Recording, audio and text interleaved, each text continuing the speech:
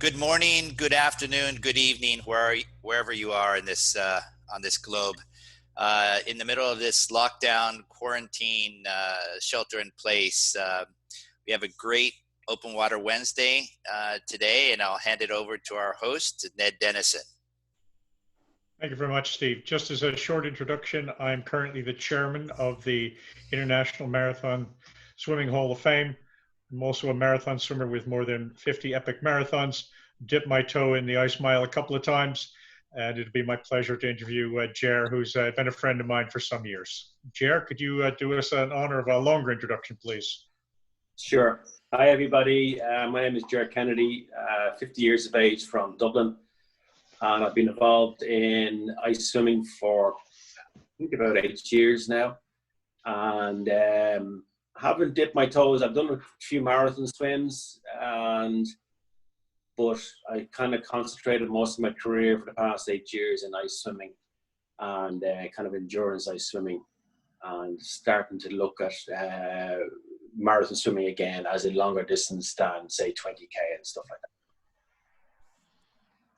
that. Okay. Well, why don't you start us then, Ger, with your very first ice mile experience?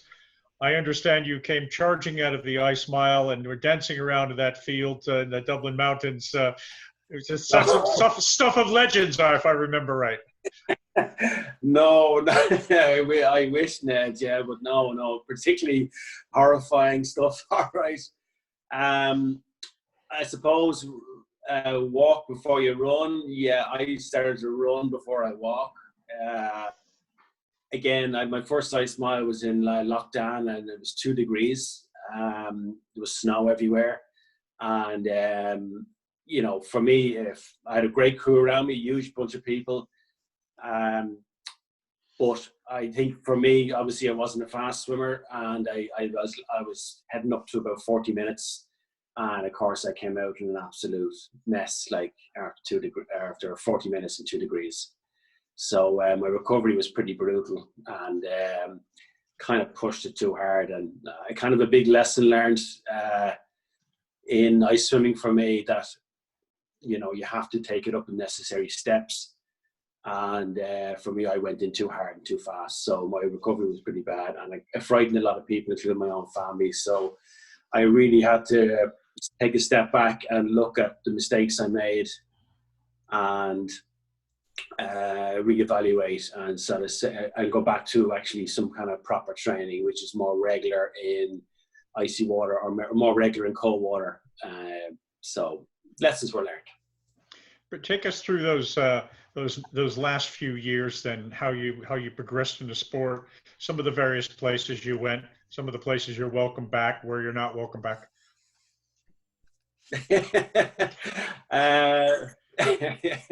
I'm welcome back a lot of places now, in fairness.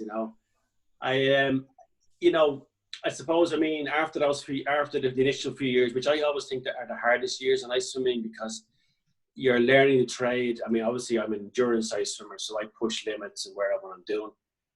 I think I looked at the training people around me, and I started to get a better training process in order, that I'd have more regular morning sessions. Started to drive a lot to Armagh, started some base training there, and I actually became a lot stronger then in the icy water because of the way I changed my own methods. So I started to develop a high-level skill for cold and ice water. I could do maybe a 10K in 9 degrees in cold water, and I could do say up to 3 or 4K in about 6 degrees. So my tolerance was actually building and building. And you're living a couple of kilometers away from the ocean in Dublin anyways. In the winter, that's 6 or 7 degrees on average? Yeah, 6 to 7 degrees. We went through a phase of chasing this icy water kind of business. You're always measuring temperatures. And then I started to go away, and I started to travel a lot, representing Ireland or representing myself or whatever. And I came back and I said, I can't be just sitting in ice baths through the winter and all this kind of stuff. I think you'd have to look at your own place. I mean, to me, the 40 foot and Sea Point, they're pretty cold, but if you get up at, say, 7 a.m. on a Tuesday morning and there's no one there by yourself, maybe one or two other people with you, and you get into the water and start swimming a mile, even if it's the water is, say, 9 degrees, it's really, really tough. So I think that's the way I approached it. I said I'll have to go into this kind of my own local training ground, and that to me actually got me a higher level in cold to get to a lower temperature, if that makes sense to you, you know. It does. And after your first ice mile in Loch Dan, take us through your next few ice miles. Where were they? What were the conditions like? Sure. The next few then, I actually done a couple in Loch Dan. We've done a couple of long ones, 2.2, 2.3K. And then we started to do, obviously, Armagh, Wildwater Armagh kind of came on stream then in 2015. And we were able to get access to an ice pool where we're actually in a sort of a safe zone where we can have 25-meter pool and kind of push it there. But then we had a sauna back up. We had different heat sources around us where we didn't have these remote kind of using cars or kind of gas super stairs with tents. The logistics were getting very difficult. So after that, I started to do, I done a couple of ice miles in Armagh. Some, again, with the ice mile stuff, some I make official, some I make unofficial, because at that stage I was starting to do ice miles for training, you know. So say go up to Ian's place and swim a mile. A mile to me at 4 degrees should be preparing myself for a mile at 2 degrees. It's only, I class it as training, you know. So some of them I'll register only now that I'm starting to register. So my official number for ice miles would be 13 and unofficial, I think, 18. So just to help the people listening, Loch Dan is a lake in the mountains or the hills above Dublin is probably a better description. It on the surface looks quite placid, but it's one of those peaty waters where you can't really see your arm when you swim. And the water is dark. It's fresh water, and certainly once you're in, there's no buoyancy at all. The location you describe in Armagh is a kind of a custom-built 2-lane pool with railway ties as sidings, incredibly safe. And that when I was up there swimming, there's somebody actually walking alongside you, making sure your eyes are still focusing on something. And Sure. the Conroys have been great supporters of that cold water swimming in Ireland. And Ger, they had a tragedy recently, which is probably worth mentioning. Yeah, absolutely. The two pictures behind me belong to Stan Conroy, who lost his life to a brain tumor, which is Ian and Paula's son. He was only 13 years of age. And in the early days, when I used to go up there, I used to have to pay Stan to flip my cards. You know, as I was doing lengths in the pool, I started with 2K. I used to bribe him with sweets. And it's been a pretty brutal story, you know, but anyway, he lost his life 2 weeks ago. So I just have the two pictures there, this little memorial of the praise that the Conroy family we have for them, you know. So our thoughts are with the family now. Ger, Yeah, you also went out to see the Russians at one point. Got to see some real ice, and if my memory serves me right, you got a little bit confused about whether you were supposed to have air or ice above you when you were swimming. So maybe that's worth having a chat about. Yeah, it was a kind of I was looking at different directions and stuff. You know, I think the ice swimming was, I was beginning to realize that I had this niche over a lot of people, that I could push into new limits, that I was never the fastest swimmer, but I just had this tolerance for cold that was developing even stronger year by year. So I went to, I decided to go to East Russia, and it was kind of doing more of a stunt really than anything else. It was to do a 50-meter under ice breath hold swim in the River Lena in Yakutsk, which is the coldest city in the world, with another friend there, Gregor Popachaya. And it was kind of something that I just wanted to have a go. I think I'd seen a few people doing it, and I kind of went, but kind of like it was more, it took me 3 months to train for that 50-meter swim. It took the guys 3 days to cut the hole. The guy who actually orchestrated was Tom Hardy's, the actor, his fixer when he went to Siberia. So putting all these elements together to make something happening was just as hard as the 4 minutes, say, or 2 minutes, 3 minutes, wherever the time was. So I don't know. I think I'd done it. It was I don't know. I wanted to see could I, challenge myself, and we went over the ice was 2 meters, so the lads had to relocate. So we had to really relocate to a smaller 1 meter ice where they could actually physically cut the holes. And we had to go to different remote locations. So we were quite a serious, stunt. But I think what came out of it, I think a few negative reactions. Yeah, I can understand those from people from drowning in ice and stuff. But I think it came back as, eventually came back, even now, came back as a positive. Well, I think we're up to now nearly 2 million views on YouTube there regarding the actual, what we did. But did you have a rope tied onto you in both ends so they could pull you out? Did you have a strong current behind you? Did you wear flippers? Did you have a wetsuit? What did you do? No, we had a marine diver who was actually beneath me, and he had a rope tied on for me from hole to hole, and there was no pulling. It was just swim. Actually, once you go under the water, I can actually see the light from the other hole. And we originally were going to do a 50-meter course straight, but because of the ice was so thick that they couldn't physically cut that, so we done a 26-meter hole from hole to hole, and then I swam that there and back. And to be honest with you, I found it actually quite easy, and I was fairly relaxed. The Russian guys couldn't believe it. They thought I was going to die because I wasn't long off a plane, which is understandable.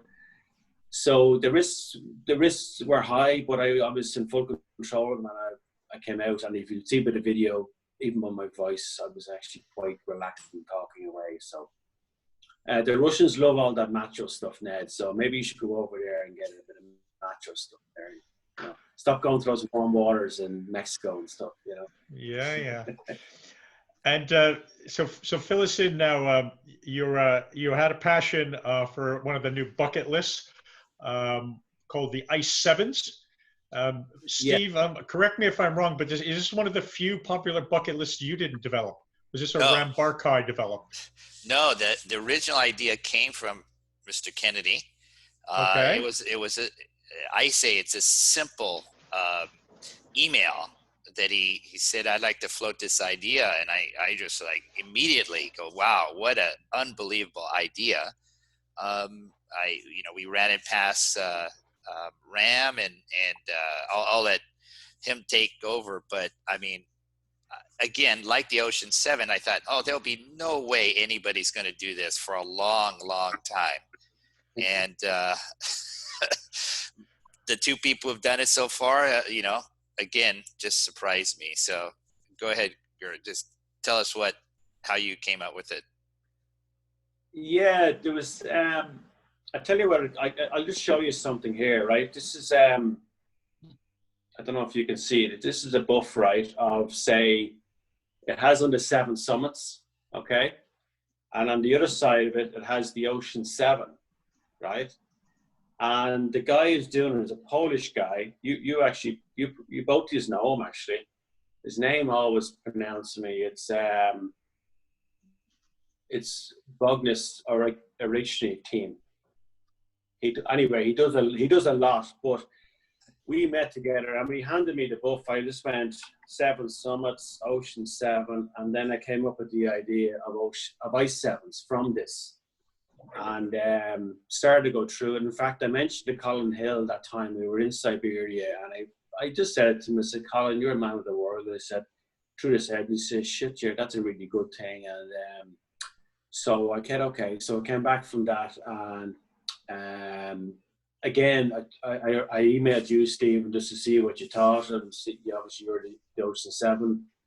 And I just said, what do you think of this? Yeah, that's pretty cool. And then we reached out to Ram Barkai from IISA and asked Ram and said, look, Ram, we have this. And he said, there is obviously governance required of it.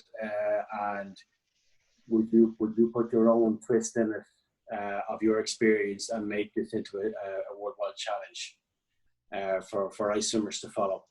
And in fairness to Ram, he took it on board. He gave lots of praise.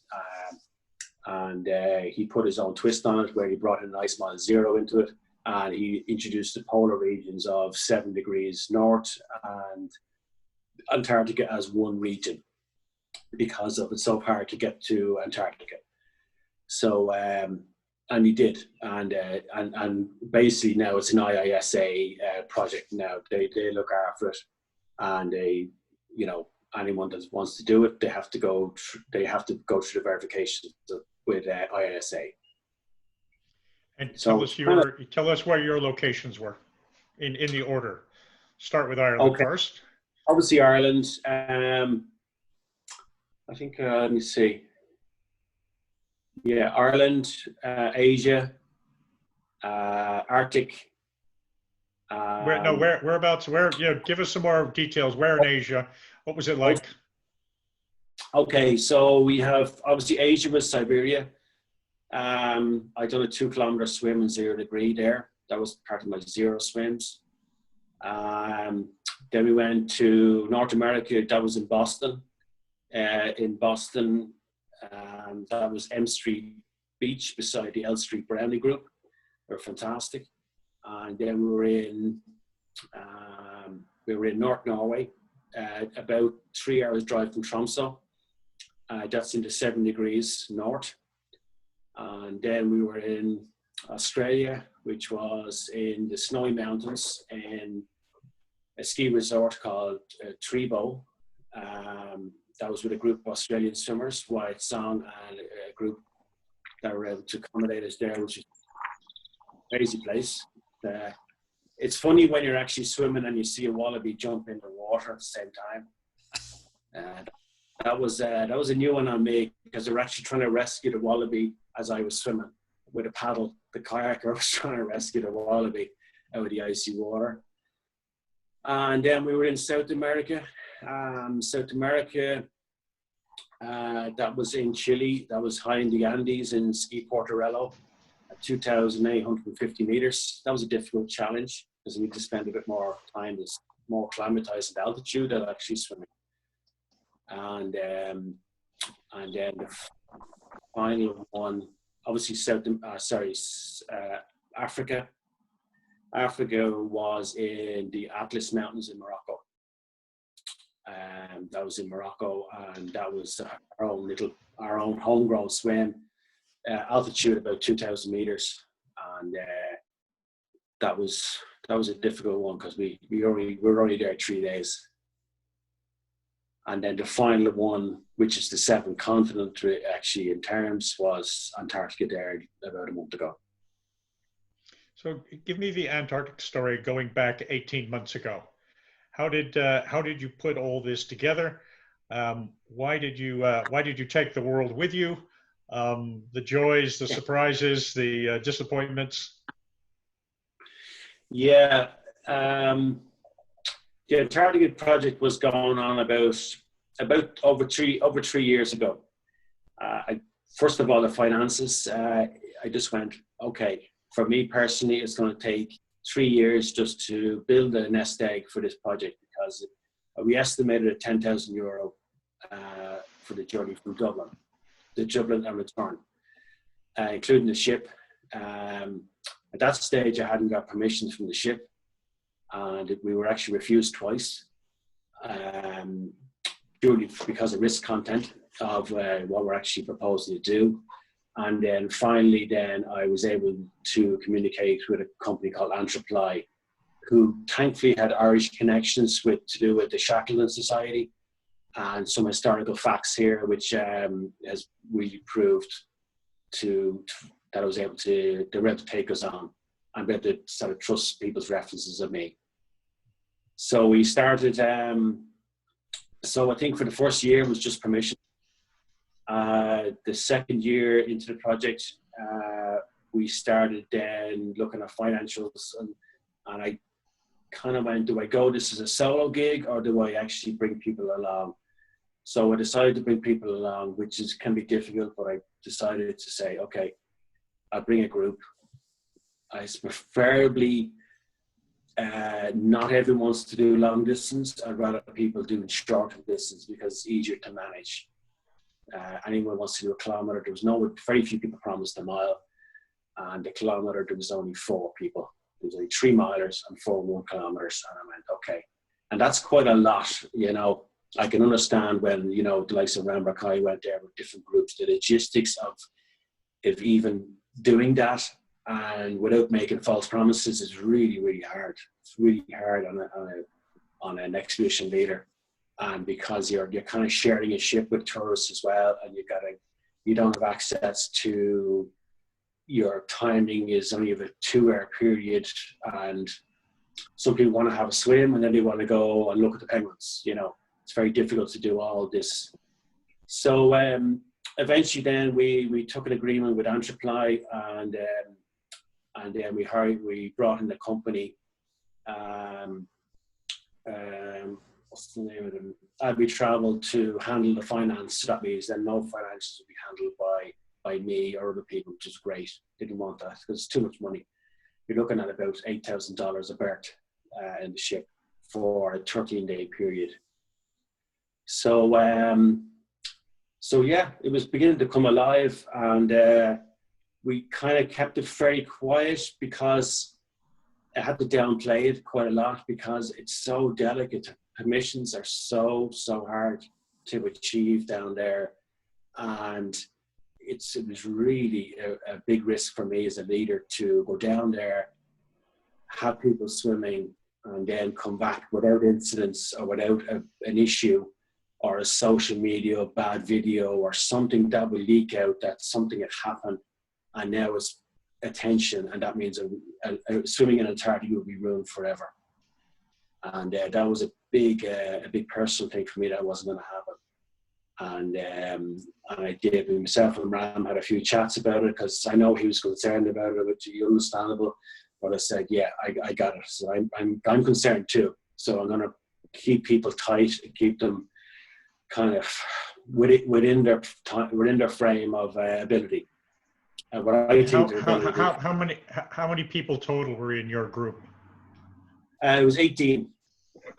There was 18 and total. How many guests on the boat, roughly, total? There was 88 on the boat.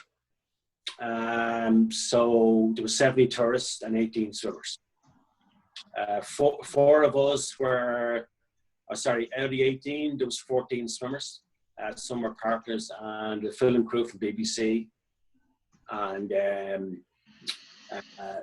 so a small number, but a small number is still, you're not dealing with, this is not a normal stuff. I mean, the boats have to go out and start a scan for leopard seals, which could be hiding behind an iceberg, or because they're a predator that actually stalk things, you know. So, you know, just to get into the water and say, I want to swim from there to there and it's 100 meters, you know, that could be, they have to go out in 2 or 3 Zodiacs to actually cover that area and be on watch while you're in the water, that nothing's going to come into that area to actually try and hunt looking for you.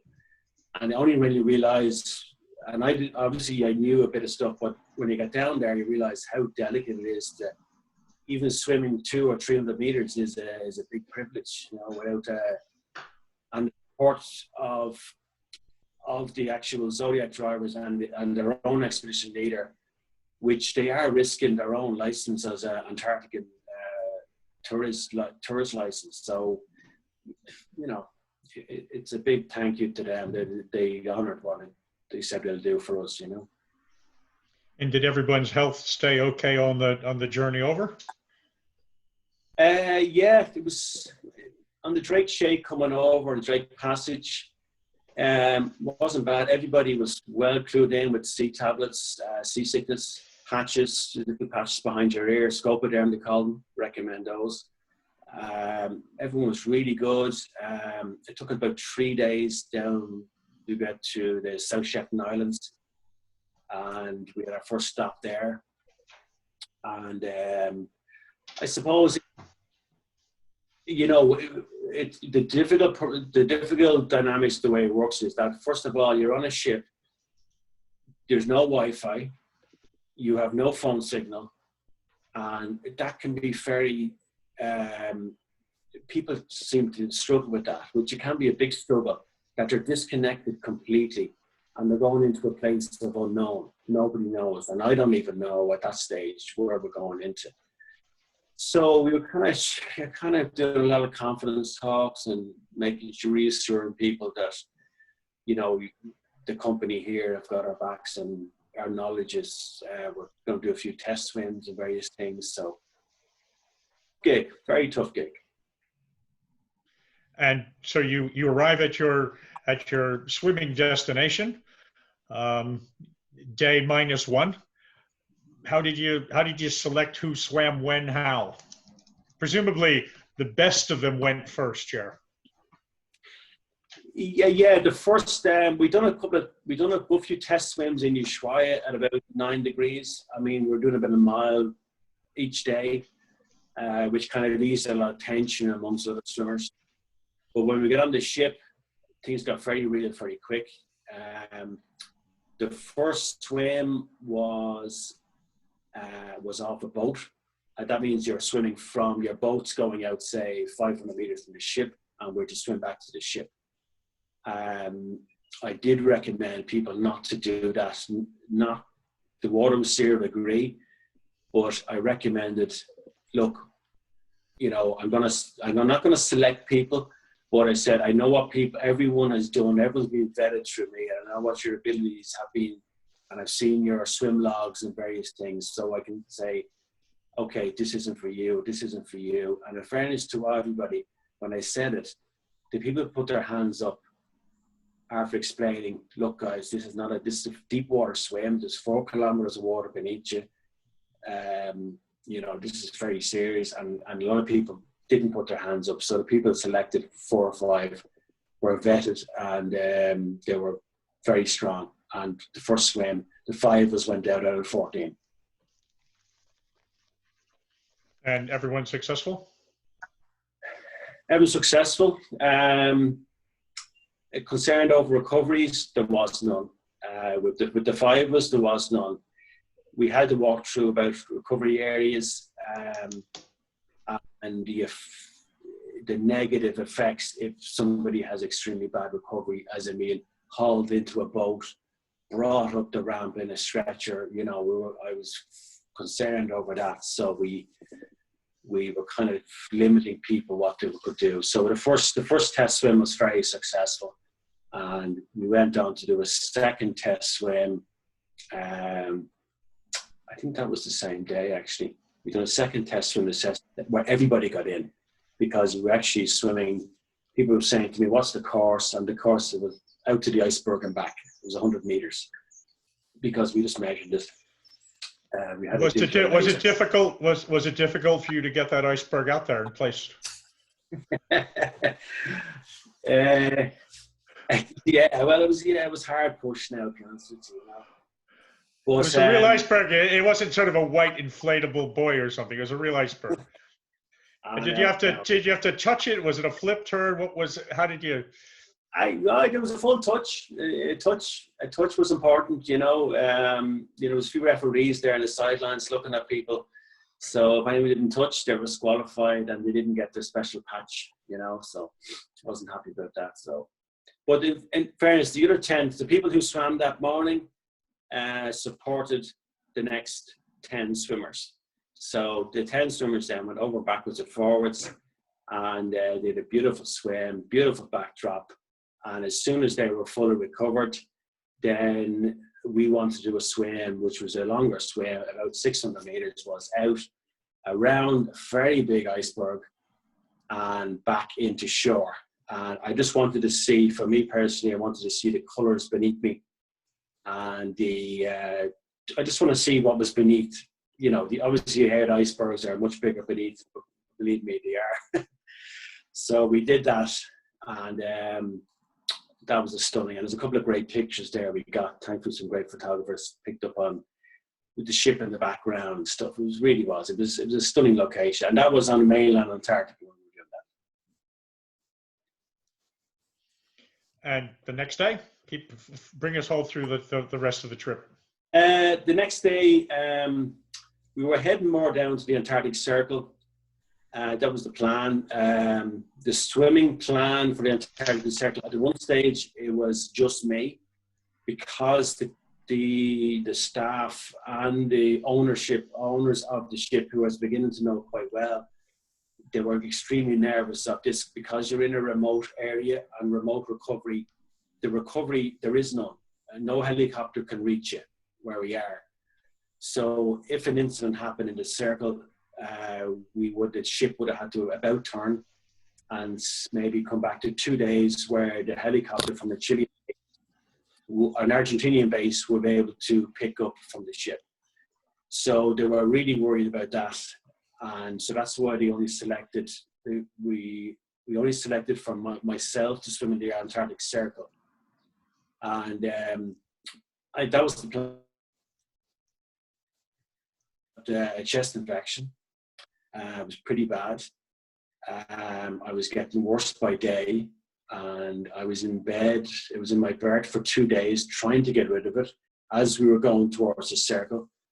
I missed a few excursions because of it. I was trying to get myself well. My blood pressure was way up, and I had a feeling my window was closing for my health to be able to go into the circle and swim my mile. And that's exactly what happened that morning.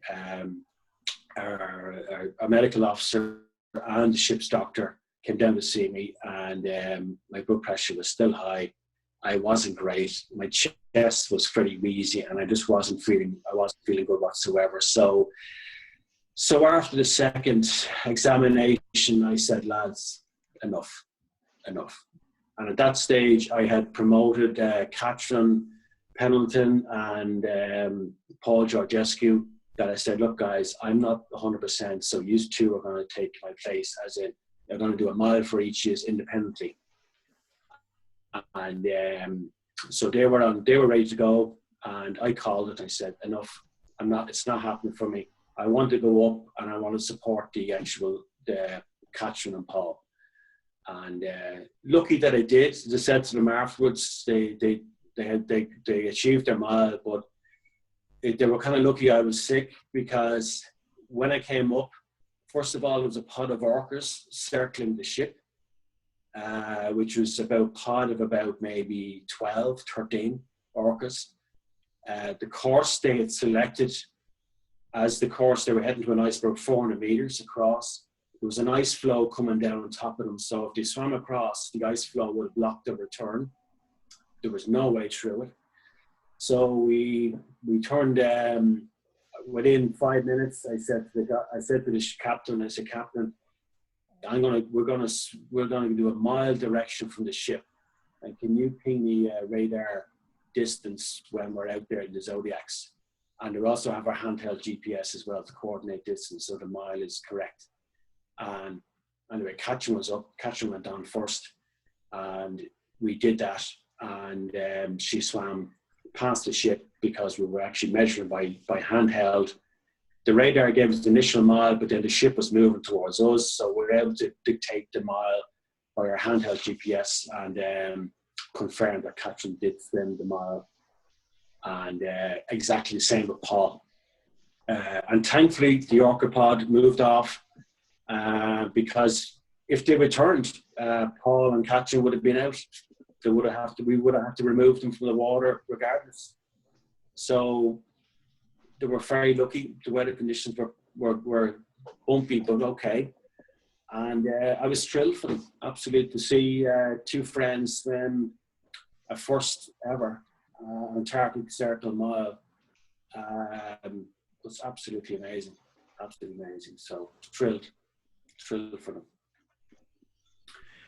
So so that was it. I had to eat humble pie for a while, and had to go back to my bunk, have a bit of a whinge, you know, bit of a cry, and got to get over myself and say my window's closed. And then the ship expedition leader came to me and says, "Ger, we have a tiny window for you outside the Argentina base station in Paradise Bay." And I said, "It's just for you, because we need all the Zodiacs for the excursion to go on to land." He said, "We're going to give you 2 Zodiacs. You've got 40 minutes, and that's all we can give you." So I said, okay, so I've got 2 days to prepare myself for actually hopefully feel better. And thankfully I did. I passed the medical. More anxiety when my blood pressure was up, but I did pass it, and I was fit to swim. And I went on to swim with penguins swimming around me, underneath me. It was like something out of heaven. So I swam my Antarctic mile then after that, which was mind blowing. So pretty chuffed over that. So, And have you coined the term the most expensive mile in the world? I did. I did. I wrote to Steve, you know, and I just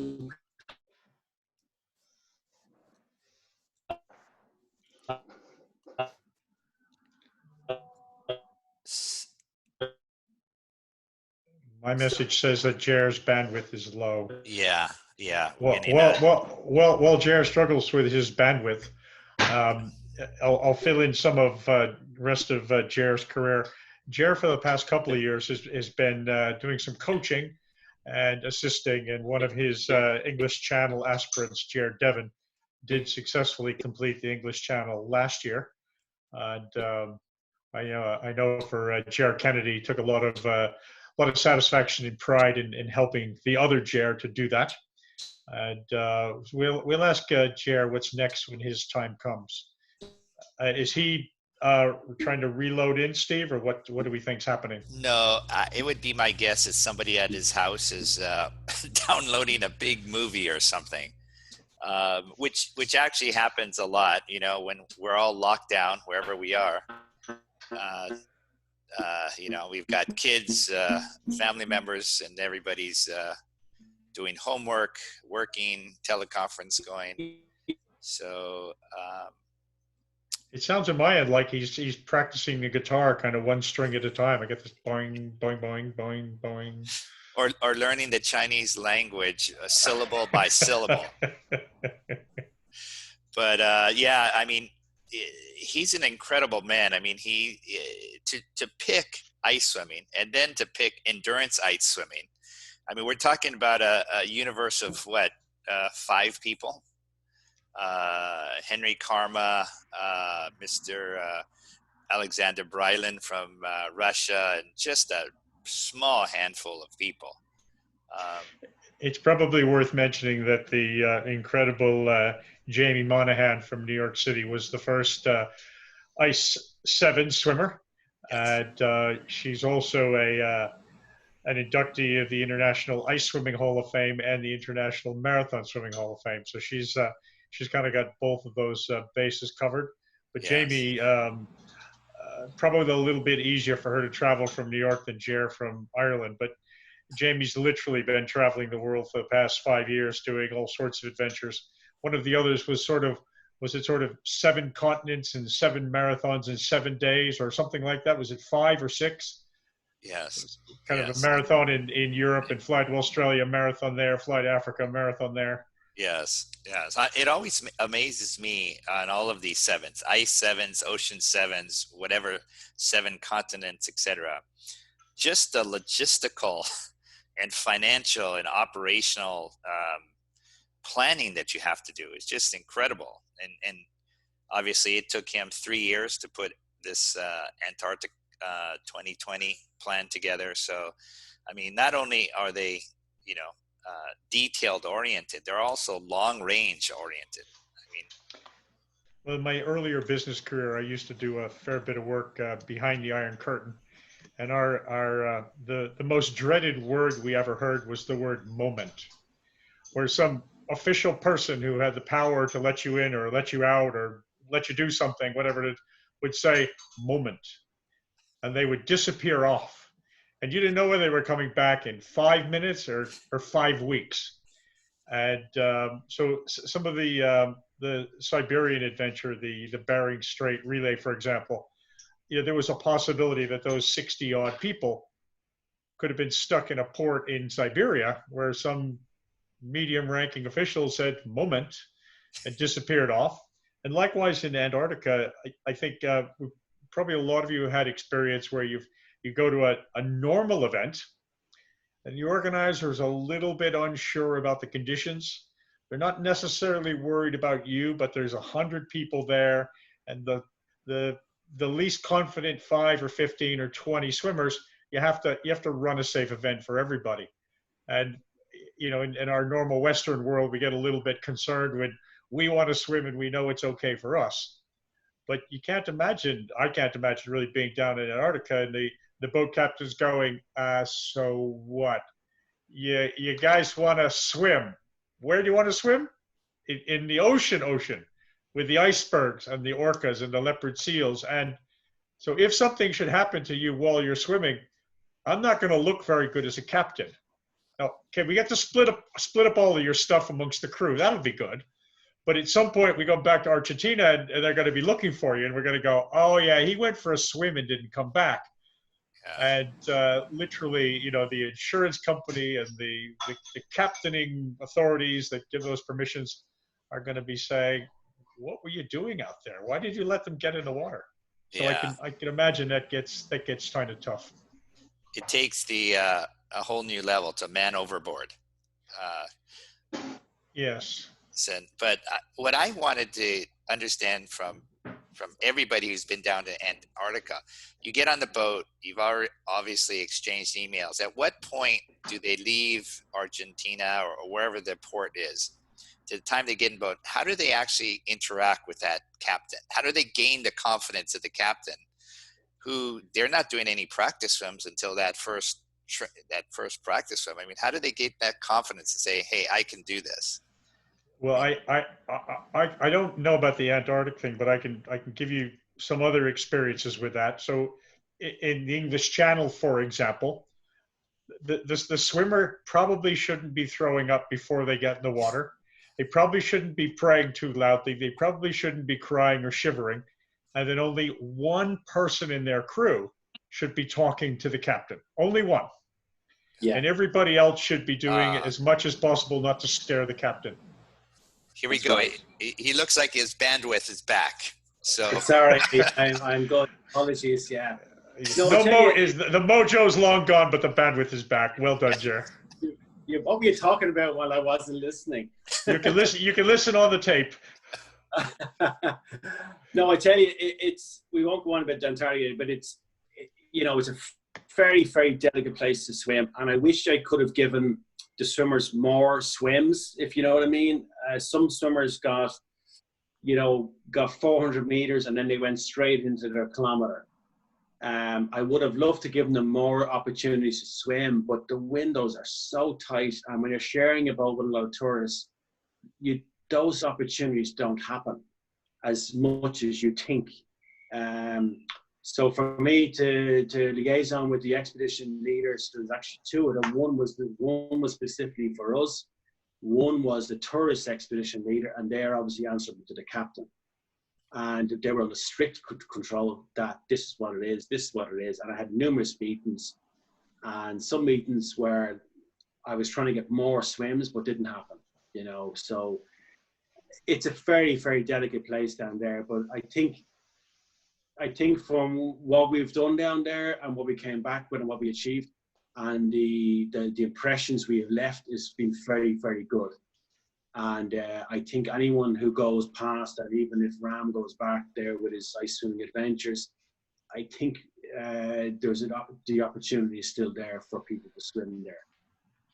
Have you been watching the news about the cruise ship that's been off the coast of Uruguay Yeah. for the past few days? 135 people went down to Antarctica. At least 80 of them have the coronavirus now. I think they've taken the worst 6 off the boat and put them in intensive care in a local hospital. And they're trying to make arrangements for the Australians, New Zealanders, and South Africans to somehow go directly to a private plane and fly out of there. Well, I tell you, you were lucky on your timing. we were very lucky. We came home on the 1st of March. That's how quick we came home straight away. Most of us went to Buenos Aires and home.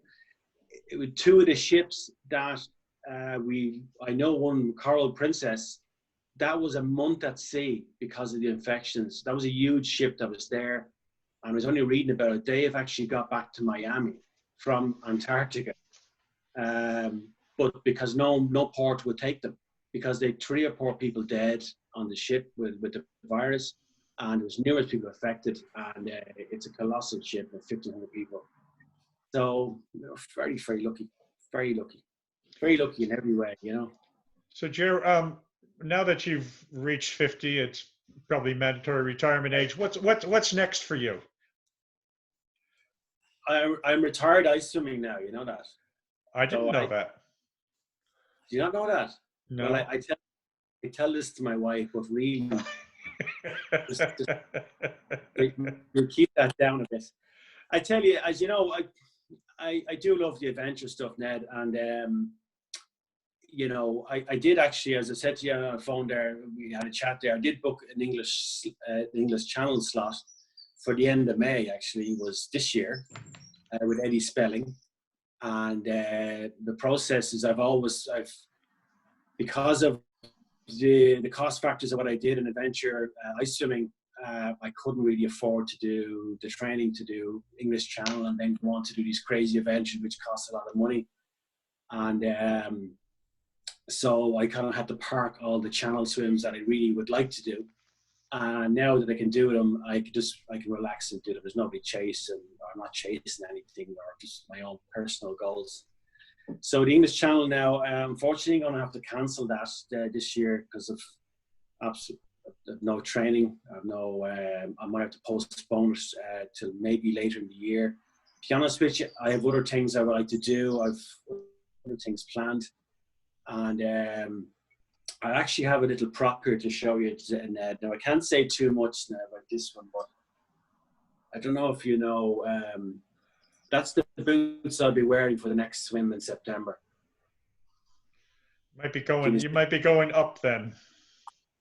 Going up, right? So we're going to have a look at something. Again, I can't say too much in a minute, but it's 6,000 meters anyway is the planned lake swim. That's in October actually.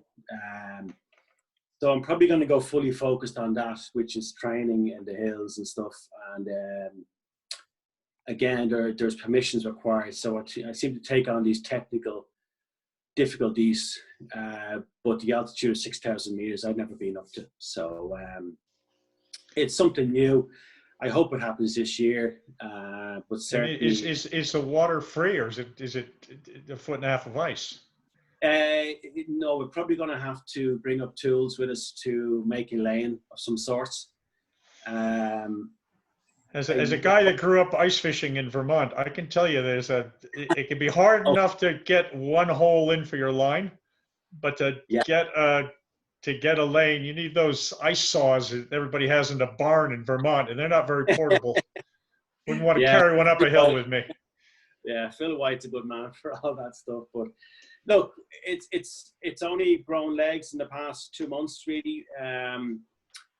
You know, I love the adventure stuff. I do love hiking. Altitude, I like. I'm good at it, and I don't feel any problems with it.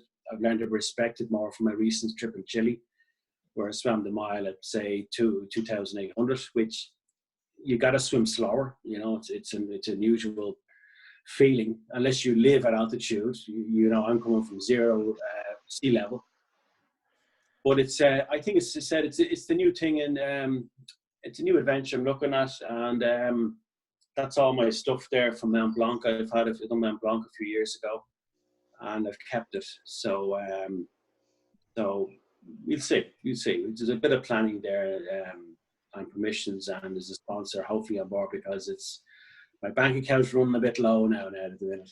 Well, I would say, that boot, if you could wear that in some of the Dublin Sea Swim races, I think you could do quite well.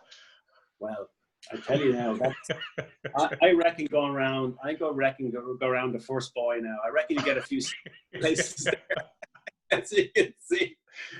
But no, just going. We just lost contact there. Just rewind a tiny bit on the costs of Antarctica. We lost our signal. I calculated at €7 a meter was my cost. I wrote the figures out and I sent it to Stephen, and I asked him to do a long kind of a report. And I've done my own personal calculations, and that's what it cost me. It was €7 a meter. So every meter, now you're about 6'6", so you're what? I mean, €7, €7. If you want to bring your money down to Cork, you can come swim with us anytime you want, Ger. €7. Just think about that, Ned. €7. Yeah, no, I counted up. So we were talking a little bit while you disappeared about some of the great coaching and motivation work you did with Ger Devon, helping him get ready for his English Channel swim. How rewarding was that for you? Not in terms of money, which I'm sure was zero, but just the satisfaction of bringing him on like that. Oh, it's great to see. It's very rewarding for me. Ger's a great guy. There's a great story behind Ger and stuff, and why he was doing, which I don't charge any for coaching. Once you have that good story, and it's either a charity or a good story or passionate, there's no money changes hands whatsoever. Obviously, you put me on a boat and put me in a B&B, whatever. But Ger was great, and he'd done everything. He listened well. I went down to actually your camp there. He wasn't on the camp, but I know he'd done the speckled door there and back, because he's a good guy. And when he came and told you we done that, and he did do it because I kayaked for him. You know how tough that swim can be, and I just said, Ger's made some good stuff, and he deserves a break and he deserves a bit of recognition. And he went on to achieve the English Channel in not so nice conditions, wind against tide. And it took him, he nearly ended up in Belgium, past Calais, north of Calais actually, he ended up. And it was a tough day, but very rewarding for me. And to see Ger achieve was fantastic, absolutely fantastic. So last question, which is something I've asked everybody so far in this series, is, without giving names, please, what are some of the biggest mistakes you've seen people make in your swimming adventure years? The biggest mistakes that people have made. Biggest mistakes. Hey, don't talk about the South Africans drinking too much the night before, or anything like that. I'm usually in the middle of them, or the Russians. I suppose that, I'm only going, the biggest mistakes, from even the mistakes I made, it's the same mistakes, is people start to go into low temperatures too quickly. It took me nearly 6-7 years to actually get to a level of swimming where I could feel comfortable in 0 degrees. My body has accepted it a lot better. So endurance swimmers tend to go straight into the ice mile a bit too quick, so they need to slow the process down, go through a couple of winters, and then achieve. There's a bit of peer pressure to achieve these things. So my advice to swimmers is just slow it down, enjoy your journey.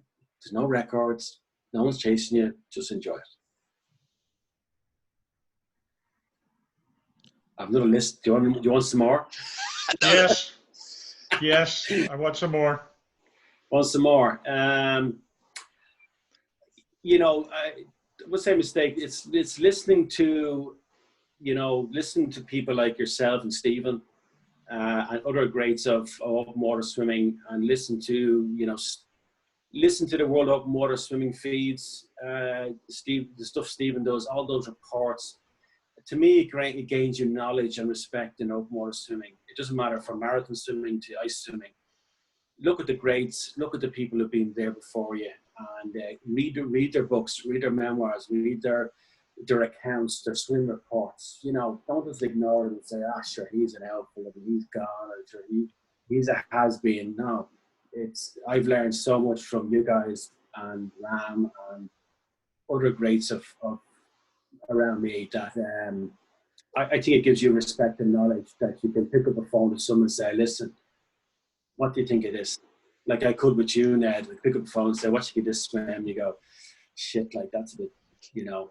Or some of the Holyhead swim to Ireland we done. We contacted the old team that done it in 1996, and they gave us knowledge. You know, we didn't know. Myself and Podger were going in. You know, we were way before our time. So I think knowledge is important, and asking the right people around you. Surround yourself with the right positive people plus positive swimmers. I think the other thing that some people neglect is you can learn a tremendous amount crewing for somebody.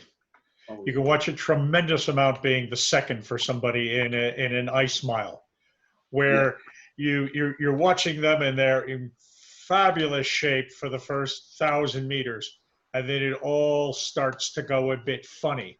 Then they stop and complain, and then they stop and fiddle with their goggles, and next thing you know, they're in the boat.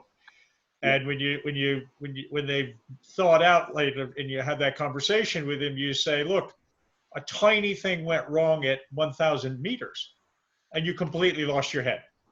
Yeah. And you needed to battle through those things, and the things you see watching can be tremendous. Absolutely, Ned. Totally agree. I've crewed many times North Channel, English Channel. Ice swimming, I've seen people achieve amazing things, and I've been there watching and learning. And every time you go out, you come back with something new, something small. Come back with, and you just come back and you become very passionate about it. That you understand the logistics of a crew, and then when you're in the water, you're looking up at the boat saying, "Shut your mouth, do what you're told, and the crew will look after you." You know. So. But Jerry, we've just about reached our hour, so I wanted to thank you very much for your time. Just one bit of financial advice for you. Should be good. It saved you a fortune. If you go out and buy one of those endless pools, every meter is free. Yeah. Okay. I'll maybe have Colin Hill as he's selling his. You know. Why don't you have an endless pool? No, I tell you what. Hang on. You're only back from Mexico. You're traveling as much as me. It's really simple, Jer. Every one of my strokes is unique. I don't know where my arm's going. I don't know what it's going to do when it goes in there. And I watched Yuko in Redondo Beach set the Guinness record, and she's like a machine.